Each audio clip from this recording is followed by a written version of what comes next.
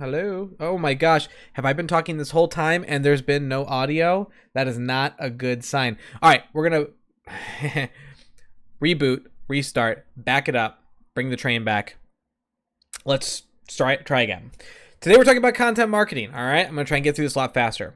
Content marketing is the concept of bringing quality information to your potential clientele in order to drive sales and opportunities. All right, that's the real big breakdown. I know I just rambled for probably 7-ish minutes, and you couldn't hear anything, and that's so sad.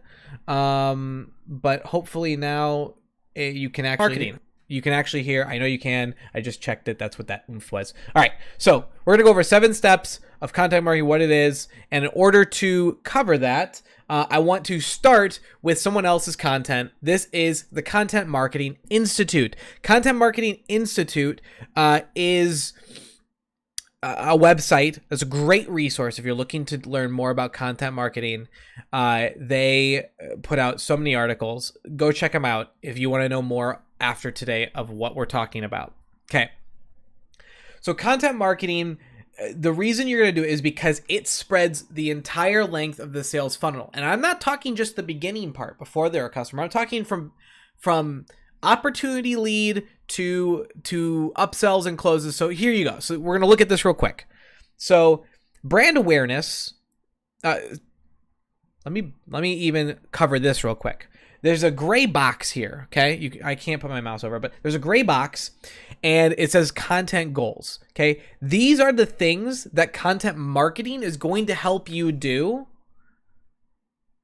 and that's why we do it, okay? So the first step is brand awareness. By creating content marketing, people are going to be aware of your brand. They're going to become a lead, all right? From the lead step, they're going to go through a process of lead nurturing and conversion. This is going to be them consuming your content, consuming your website, consuming your brand, talking to you, or not quite talking to you yet, but getting comfortable with the idea of doing business with you. The third step, customer conversion, which is where the sales team steps in. This is where we're going to have interaction from the sales team with the actual potential customer, and they're going to be leveraging content that we've already created to help them close that deal. Once they become a customer, then we keep them happy through customer service. We post content that keeps them informed of what's going on with their products. Retention, loyalty, we celebrate our clients by giving them information and rewards and things like that. And then 6, we upsell them with more education on other things they could be doing. And then, 7, you can see here, ends up with evangelists, people who are passionate about your business, and they actually become a whole nother source of lead opportunities. They're now your content. You've invested in them. They become your content. They sell it for you. So this is kind of the process that we're trying to achieve by doing content marketing. Okay. So now that I've shown you what cool content marketing looks like, because this infographic is not going to go stale, it's going to stay good for a long time. Let's talk about what the actual things you need to do to create good content is. So I have 7 steps here. 7 steps we're going to cover today that will lead you to good pieces of content. So the first and probably most important part of good content marketing is that your content is informative, okay? Now, I say informative. I was originally toying with calling it educational, but I don't feel like that's fair to the width of potential for content marketing, because I can inform you of things that are going on in our business. I can inform you of things that are going on with our products and our production that are not necessarily educational. They don't teach you anything. They don't impart some knowledge that you're then going to take and use, but it brings information to you that you may have wanted and can consume. All right. So that's the first step of creating content for content marketing. The second piece of good content marketing is that it's desired content. So let me give you an example of a good piece of desired content and a bad piece of undesirable content. Okay. Let's say that you create t-shirts. Okay. Now you come up with a new process for making the t-shirts that makes them last longer. Okay.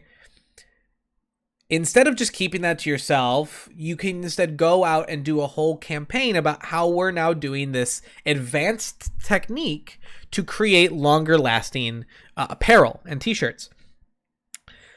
This will allow you to engage with people who are maybe in the opportunity section where they're trying to discover t-shirts that are better and they're looking for that kind of information. Okay. Now, an undesired piece of content might be that you find out that one of your t-shirt suppliers, not all of them, but one of them has been producing their t-shirts unethically. Okay. There's a couple options. You can actually lean into that and share that information.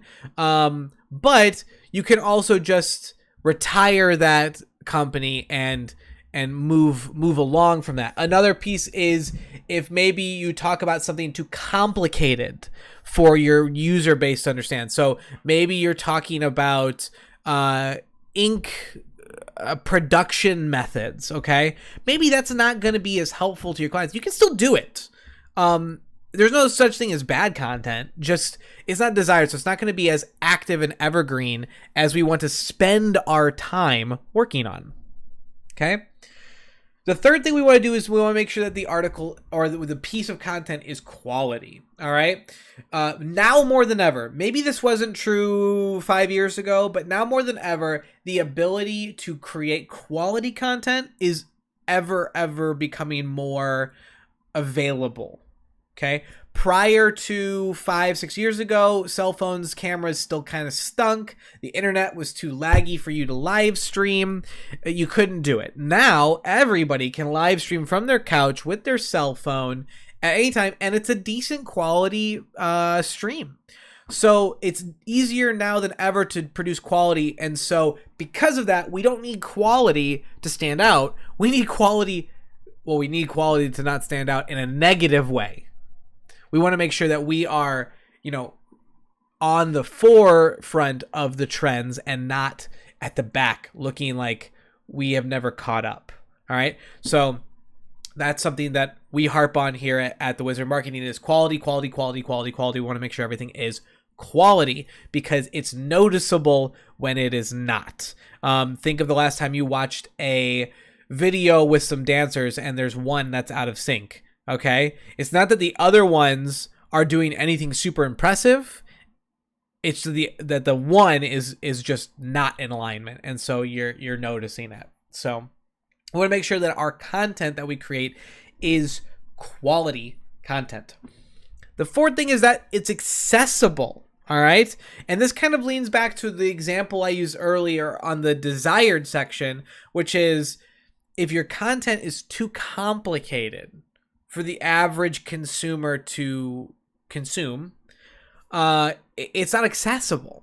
It's not going to be useful. All right. If I'm talking too far in depth about the intricacies of the grain in a brick that my company uses versus a brick we don't use, that might be too deep.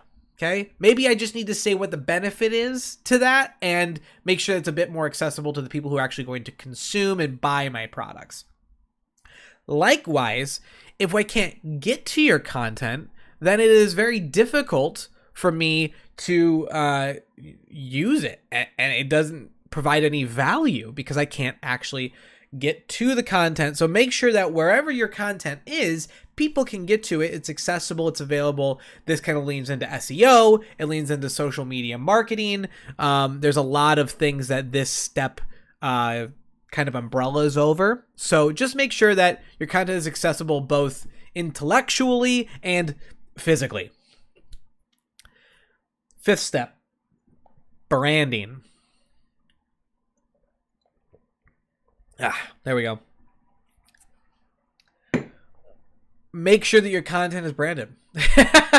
I know that that's kind of a silly thing to say, but if you create content and nobody knows who made it, it's not going to be valuable to you. every single one of our social media images or videos that goes out, we have our logo on it. Now, that might not seem like a lot. It also might seem kind of silly. But guess what? If someone shares that and they share that again, they share that again, so on down the line. If I didn't have that logo on it, that person, that seventh person that gets to see it, isn't going to know who originally posted it. Okay? So I want to make sure that when I create content, it's going to stay with me. It's going to stay with my company going forward. Now, that doesn't mean that every single piece of content has to have your logo on it. It can be in your look and brand and feel, but just be aware that when you do create content, and especially good, effortful content, marketing content, that you are branding it. The sixth thing is flexibility in your content. Now, this is a little bit of a weird thing to discuss and talk about because it's really only hindered by the creativity of the person creating the content.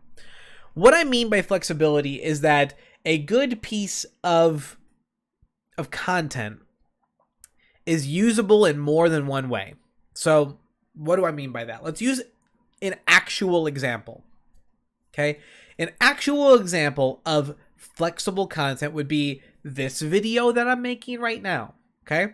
I'm going to make this video. It's going to be about a half hour long, and then it's going to be living on YouTube. Then what I can do is I can take that video and I can take a still from it. I can take the text from it. I can take the audio from it, and I can put it into a different medium. I can throw it down a different channel in a slightly different way, and it becomes a new piece of content. So if I were to take everything I do on my YouTube channel, strip the video, and put it onto a podcast, that would be a different way of using the content flexibly to create even more content for me. So I'm not doing double the work. I'm doing a little bit more work because I got to strip the video and put it on a podcast, but really that's not a ton. That's not a lot of effort. That's in your 15 minutes, okay? Or if I take a still frame from it and I throw it up on Twitter and I link to the video, that's another way. So flexible content is also very important because it saves you time. And remember, marketing is really a time investment. That's what you're paying for with marketing. Obviously, there are static ways like ads that you're not paying for, or that you're not paying for time. There are definitely avenues that way, but a lot of marketing is just spent on the effort to make it happen. And so anything that speeds up that process, like having flexible content, is worthwhile and important. All right, we've gotten through the first 6 parts of what makes good content marketing. The 7th piece is free, and I should have put this in quotes. In fact, I'm going to put this in quotes. I'm going to say that this content is free. Okay? What does this mean? Well, first of all, let me just state that I don't think you should ever really charge for what you're utilizing for content marketing. Then it becomes a product. Then you're selling your knowledge, okay? So it's not marketing. Now, I'm not saying that that's a bad idea. If you have some really cool knowledge and you want to sell it, that's what I do here at this business. I know a lot of different marketing channels, avenues, strategies, implementation methods, things like that. That's what I do. You bring me in, I consult, you pay for my knowledge. I know all of this, okay? Maybe that's your business. Maybe you're some kind of intellectual or processing business where you process some kind of intellectual component. I'm not telling you to give that away for free, but there are pieces that you can give away for free that impart why you're an expert. And that's really, I'm just going to write that here because that's so important. You are, I hit the caps lock, are the expert. That's what this all comes down to, is making sure that your potential clients identify you as the expert in what you're talking about. All right. So if you're the expert and you're giving this piece away for free, that must mean, okay, we're going down the bunny trail here, the logic train. If you give away this widget for free, okay, and then you also do this as for a living, you must know more than this widget. And so therefore your services and product and things are more valuable than this thing is. That's the perception that people are having when they are looking at your content. Okay? So that's what you do. You give it away. Now, what does that mean, giving it away? Well, I'm going to show you exactly what I mean by that. I'm going to pull up a page here. That was the wrong button.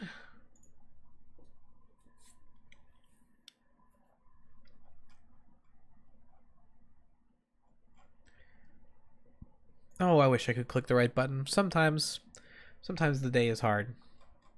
All right. So, let me bring this up here. I think this is the right screen. There we go. Okay.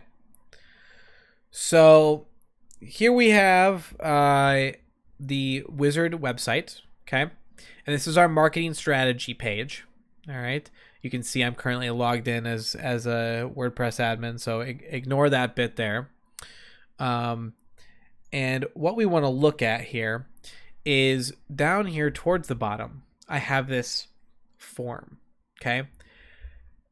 And in the article, I talk about creating a marketing calendar, a marketing plan, okay?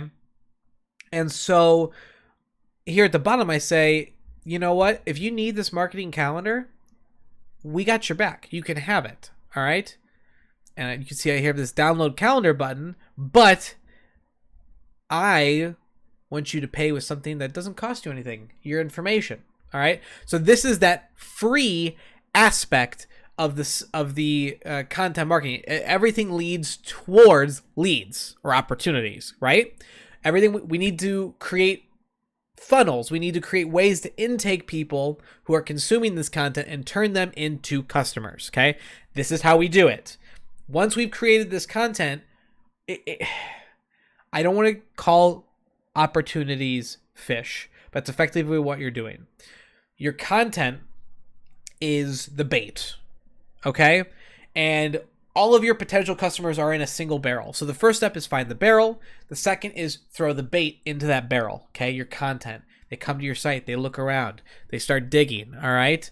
Then they go, oh, this is interesting, a marketing calendar. I could use that. That sounds interesting to me. I would like to download it, please. And then they go to click download and I say, oh, I'm sorry. I need to get some information from you first. Would you mind filling in a little bit of information for me just so I can give you this, valuable content that I built for free?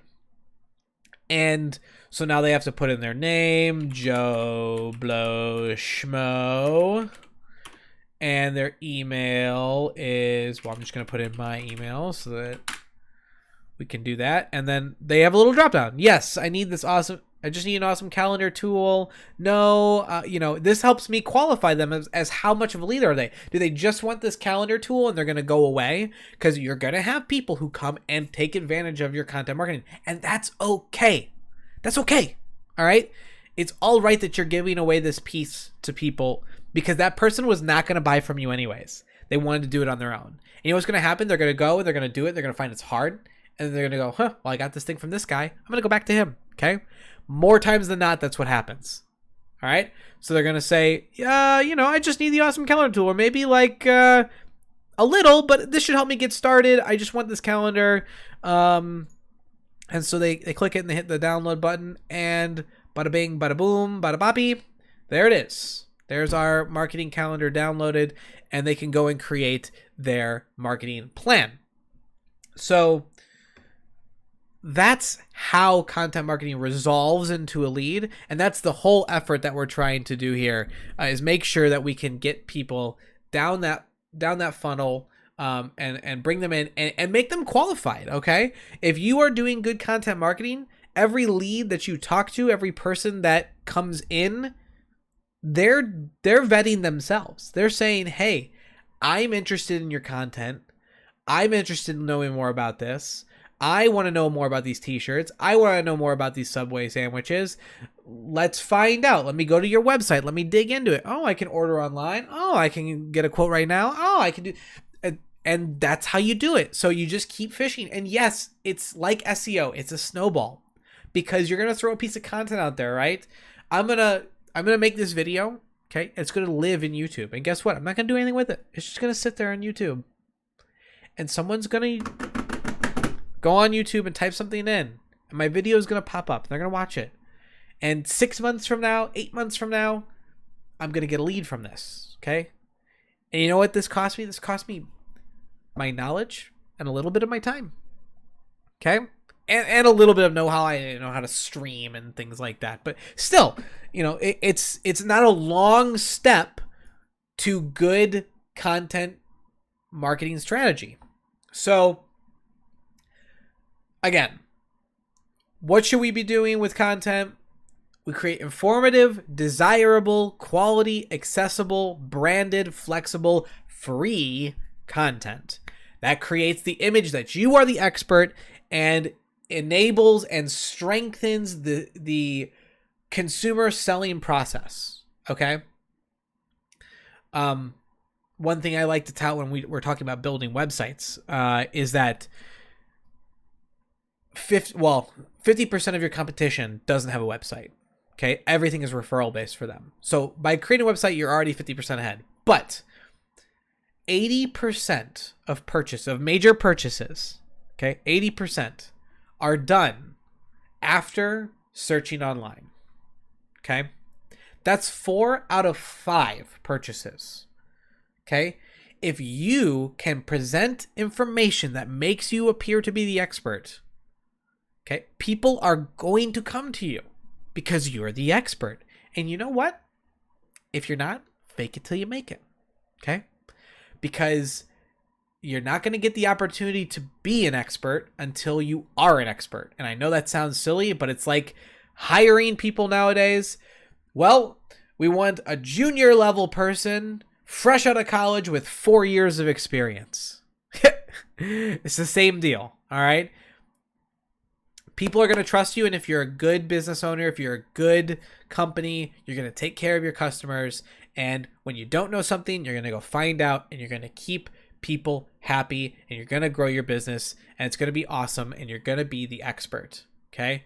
Fox News or CNN is going to call you up and say, we need you on here to explain this or that and whatever, because you're the expert.